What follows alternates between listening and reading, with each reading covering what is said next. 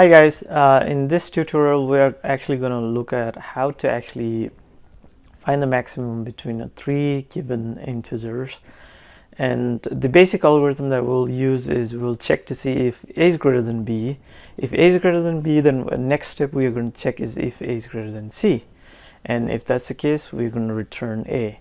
And if this condition is not true, then we're going to go to the next condition, which is if b is greater than c. And if b is greater than c, is b greater than a? If both of this works, which is what we're doing here, then b would be our max number. And if neither of this condition work, then c would be the max number. So how to do that in C#?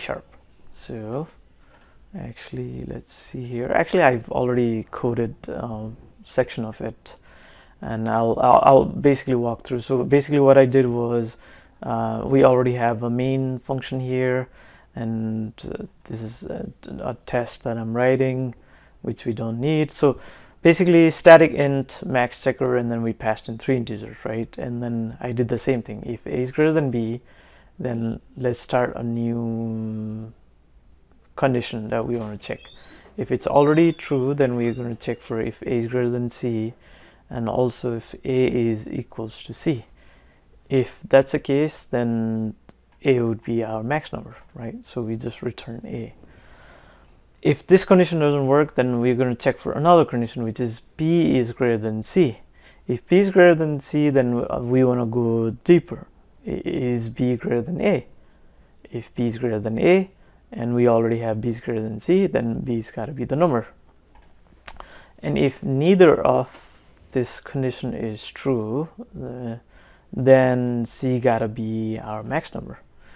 So in here what I did was console write line, and then I'm just passing in the arguments for a, b, and c by passing this. Obviously the maximum number is 3, so what I'm going to do is to run, and it should point out that 3 is our max number.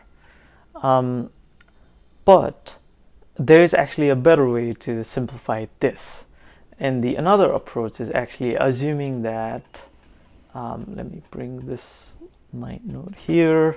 So the second approach is actually this. What we'll do is we'll assume a is the max number, and we'll assume like integer max as a, and then we'll check to see if b is greater than max. If b is greater than max, then we just say, hey, max is equal to b.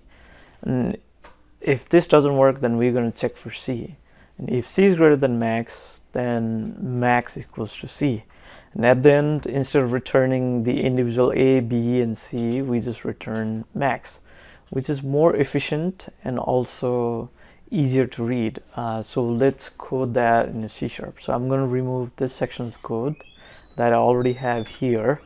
And what I'm going to do is write this section right here. I can actually add here. So I'm going to do int max. And then let's, max equals to a, and I don't want this async in here, and we check to say, hey, is b greater than max? If that's the case, then max equals b, right? And if that didn't work, we can check for c greater than max. If c is greater than max, then we do max equals c. And at the end, we just want to return max. So this way, we don't have to return like a, b, or c. Instead, we can just return one single value, which is max. And also, we don't need to check for like if it's equal to or greater, because the only thing we are checking is greater, because the main motive of this function is to check for maximum value, right? So this is much more cleaner and easier to read. And let me switch my values. Let's say I pass 100, and then 101, and then 203. And let's say if I were to run this code, obviously the 203 is our maximum value. So this way we could actually refactor or actually optimize our previous algorithm to make it better. Hopefully this made sense. If this makes sense, please make sure to give a thumbs up and subscribe to this channel. I'll be making more contents related to DSA, especially in C#.